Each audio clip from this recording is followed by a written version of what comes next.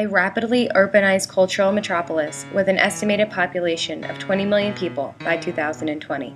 Considered by many the New York of Vietnam, Ho Chi Minh City's Eastern Foundation collides with contemporary Western influence. On the same street, women in conical hats sell their banh mi. A Circle K provides Western amenities. As in any rapidly urbanized city, Ho Chi Minh City faces many social challenges: homelessness, drug and alcohol abuse, severe poverty, and a growing gap between rich and poor keeps the Socialist Republic of Vietnam anything but equal. Families that are forced to work long hours throughout the day and night face few choices regarding the supervision of their children. Some leave their children with relatives, others under the supervision of neighbors, while some simply leave their children home alone, unsupervised, leaving young girls extremely susceptible to sex abuse. When the parents of 19-year-old Lan divorced, she went to live with a new man her mother became dependent on.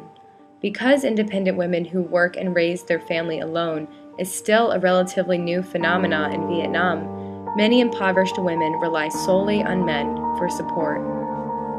Lan and her two sisters, ages 8, 10, and 12 at the time, were raped for a year by their new stepfather with the assistance of their mother. If their mother did not hold them down and assist him, he threatened to beat her or kick her out. Lan's story is not unique and happens all across Vietnam. Hung, currently 18, comes from a poor family who sold lottery tickets. She and 5 of her brothers and sisters shared one loft bed above their parents. When Hung turned 14, each night her father climbed to the loft bed and raped her, while the other children watched. None of the other children said anything to anyone, and if Hung resisted, her father would throw boiling water on her or hit her with a piece of burning wood.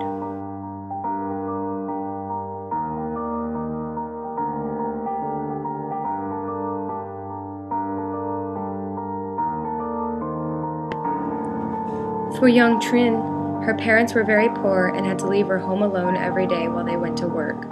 Because there was no one around to supervise, her neighbor raped her on a consistent basis for 4 to 5 months.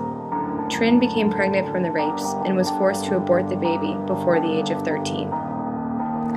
Thật ra thì để bây giờ có thể nói được chuyện đó là cả một quá trình, và quá trình đó nó rất là lâu dài, thì bây giờ có thể tự nhiên mà nói lên cái câu chuyện đó. Thì cái năm đó thì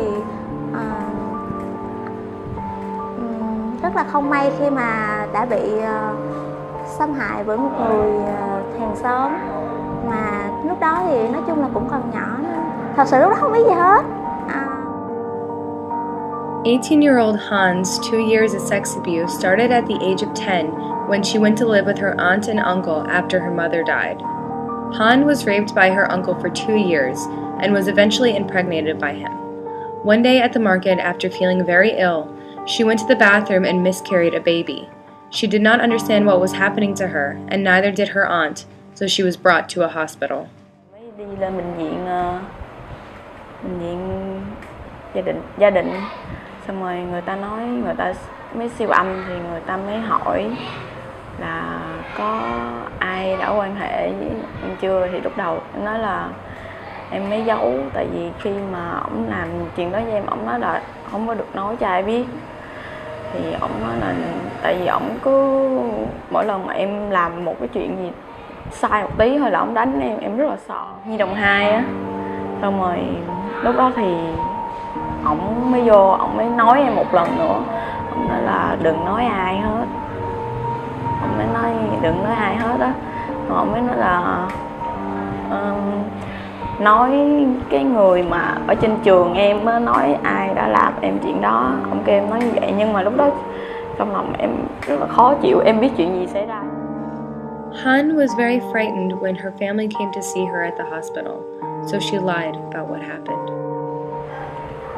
Xong rồi mấy bác bên nội em vô hỏi thăm em, thì lúc đó em sợ mấy bác em la, với lại mấy bác em cũng nói là tại vì em tự nguyện.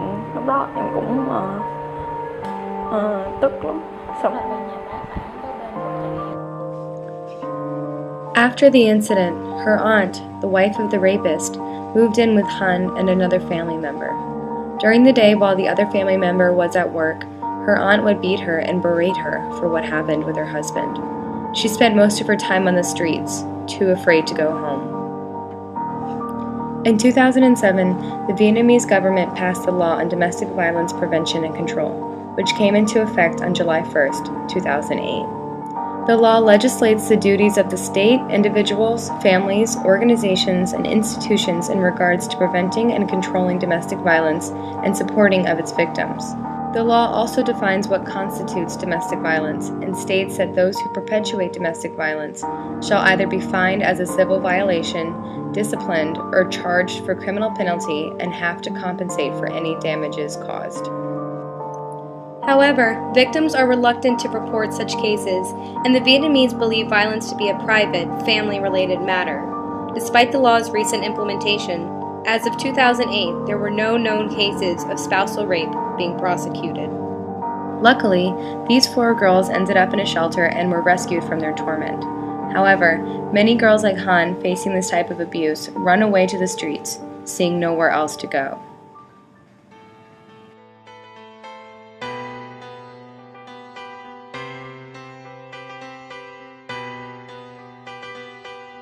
Many of these street children come from not just abusive backgrounds, but impoverished backgrounds where little to no education was available to them. In a poor family where income, of course, is an issue, they're going to have to make a decision. So they're going to have to make a decision. I mean, there's like all sorts of different scenarios. But of course, the first scenario is that you cannot even afford the school fees, which are not huge for a poor family. Let's say $50 a month, $50, $75, whatever, or even $30 extra. It's just impossible.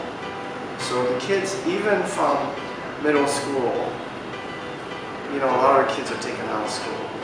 A lot of poor families as well, so, you know, domestic violence problems, alcoholism problems, you know, parents were split out and stuff like that, so the kids are sort of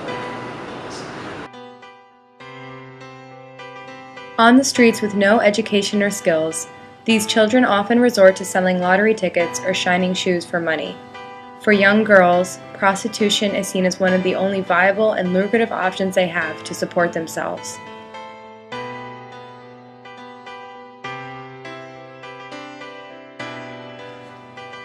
According to local Vietnamese newspapers, official reports from Hanoi, Ho Chi Minh City, Can Tho, and Tiên Giang show that the incidence of younger female sex workers is increasing and that 2% of sex workers are adolescents. There are many types of sex workers in Ho Chi Minh City. Some girls cruise their motorbikes or walk the streets and petition the men they come across. Some work in massage parlors who receive extra tips for going further than a typical massage. Others start in karaoke bars, thinking they have normal waitressing jobs. However, the picture becomes much more complicated once they arrive. And yeah, sure, you're going to be a waitress in a restaurant, but it's not really a waitress, and it's not really a restaurant. And you sort of basically are being groomed to become a hostess.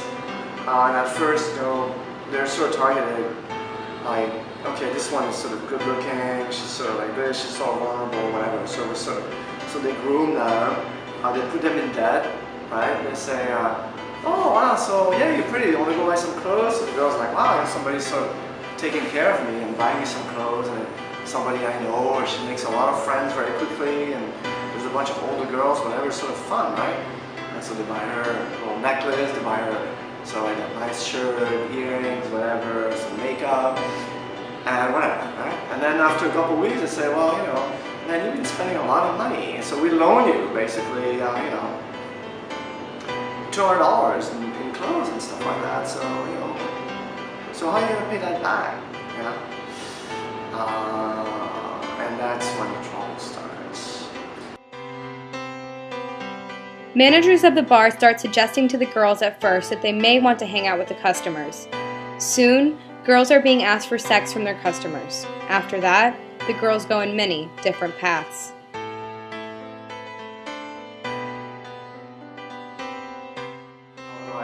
parents, when they get beat up and raped and stuff like this and then forced to work.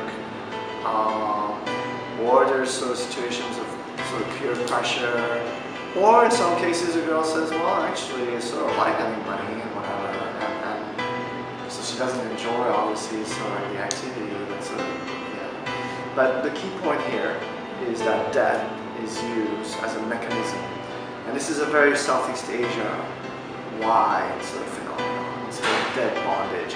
You find yourself in debt to somebody and therefore you become like a slave to them.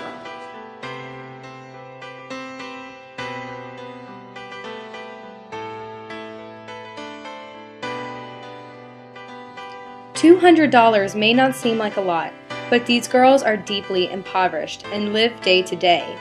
Additionally, they are charged interest on their loans at rates as high as 10% a day. Already groomed under controlling or abusive parents, under this system it is nearly impossible for these vulnerable girls to break out. Many of these girls end up with HIV or AIDS, drug addictions, and many children they are not equipped to take care of. Thus, the cycle of poverty and abuse continues for young girls in Ho Chi Minh City and across Vietnam. Without proper government intervention and sustainable solutions for impoverished and abused girls, sex abuse and prostitution will continue to run rampant across Ho Chi Minh City's historic streets. Girls too afraid and vulnerable to speak about their abuse, and a shame culture prevalent across Asia, keeps most of these horror stories in the dens and bedrooms of twisted families. Without the strength or confidence to speak up, Vietnam's long history of sex abuse and prostitution is likely to continue and become more extreme. In Ho Chi Minh City, Gabrielle Fonrouge.